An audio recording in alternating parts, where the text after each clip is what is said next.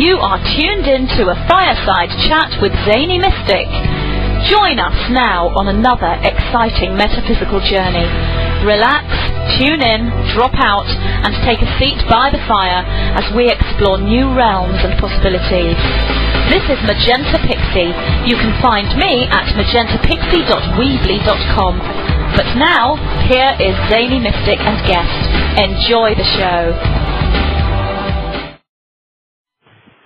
Hello, everyone, and welcome back to a Fireside Chat with Zany Mystic.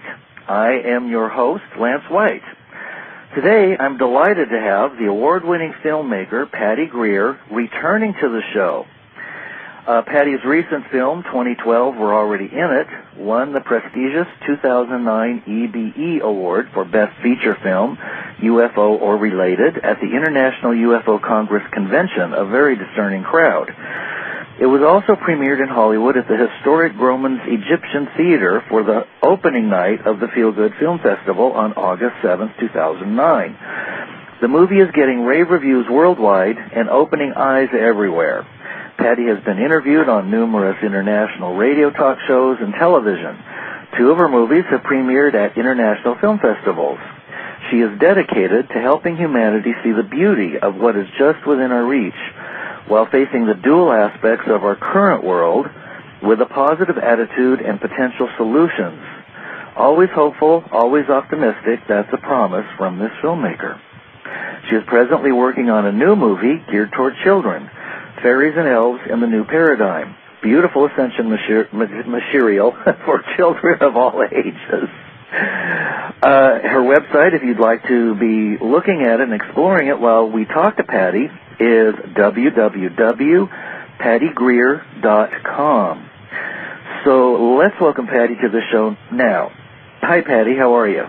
Wonderful. It's great to be here again, Lance. Thank you very much. Well, thank Twice. you. Yes. Well, I always love to have a wonderful guest back.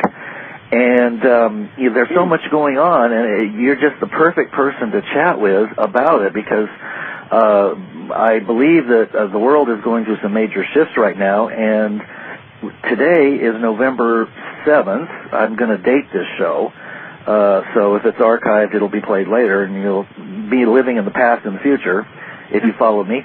But tomorrow, the 8th, I believe, is the beginning of the Mayan 6th night. So that probably is a nice way to segue into what's happening now or whatever you'd like to talk about. Well, I think that what you are underlyingly relating to is the rays of duality, which is happening now on the planet, and it is so in our face. And as a light worker, which I am dedicated to be one, and you are dedicated to be one, we place ourselves almost as acupuncture points on the planet. And through us, it seems that we've made a commitment to say, yes, I'm going to do this work and I'll do whatever it takes. But because there's so much negativity being pushed to the surface now with the ascension that's happening, I think that a lot of us are having to transcend it. And, I mean, some of us are just beyond tested out. It's really an interesting time. Oh, absolutely. I know for myself, I just recently, and I mentioned it in my last show last week, that all of my accounts, my Yahoo and Facebook and blog, had been compromised by a hacker in London, and that they were asking all my friends and contacts for hundreds of dollars of money, claiming to be me stranded in London. And several people have sent in excess of $500. So this isn't funny business. This is what's happening. And then yesterday I read in the newspaper somebody went crazy here in a little tiny town in Northern California in Gold Country and drove his SUV through the Bank of America glass doors 60 feet into the bank, didn't get any money, backed out of the bank, drove to another sporting goods store, couldn't open the register there, drove to the liquor store and parked next to a sheriff's vehicle. And, of course, he was followed and chased and stopped and arrested. But on that same day in the same town, a 19-year-old boy who was completely normal up until that moment at the dinner table just started choking his mother.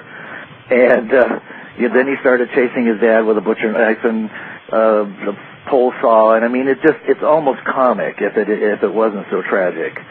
And, well, it is tragic, and it's affecting people that you said didn't have issues before. Right.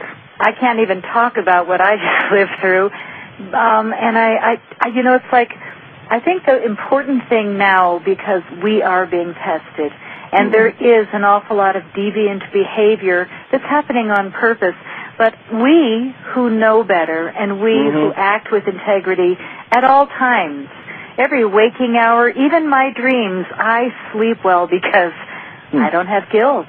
I'm not planning something, behind somebody's back. But I think that we're being forced now to really use conscious choice with every breath we take.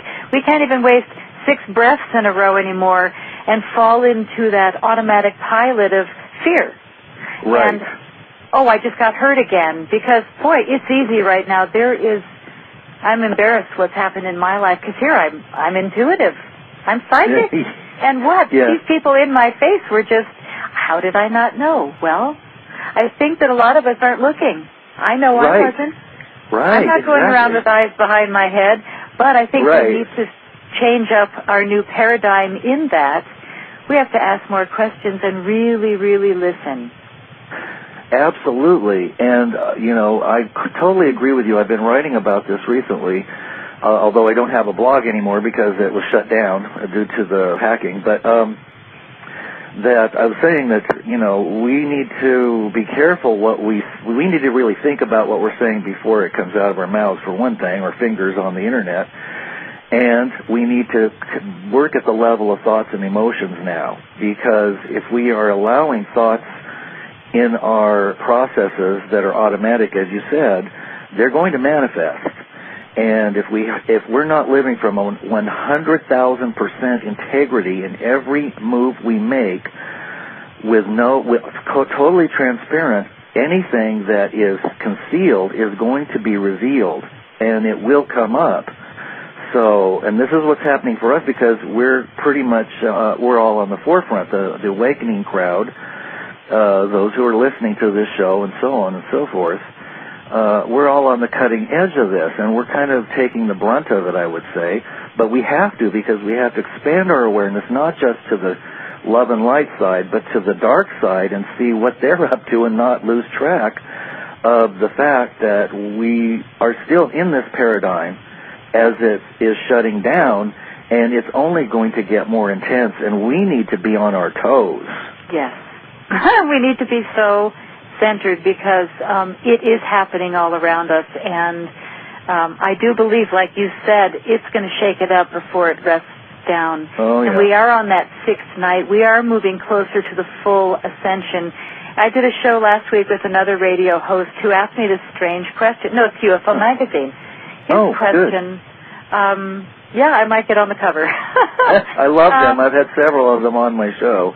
Well, we keep straying, but, again, what's happening is not only that all those others are being pushed to the surface, their moves are being more apparent, but the other nice thing is that we are coming together, the show hosts, the people with good intentions to do interviews, the magazines seeing, who we really are, and coming to, all of a sudden my phone's ringing again. All of a sudden I'm getting, but the sad thing is, and I'm going to just put this out, in the world of greed and form, that I have this beautiful 2012 We're Already In It movie. It it won another award in Yosemite. Oh, wonderful.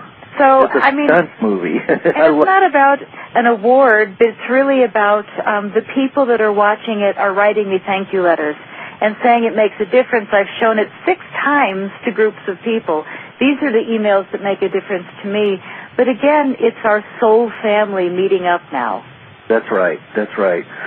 I know for me, within the last few days, I've been shutting down all my Internet contacts and just completely divesting myself of all my old material and persona, and then having to just let it go and be in the moment.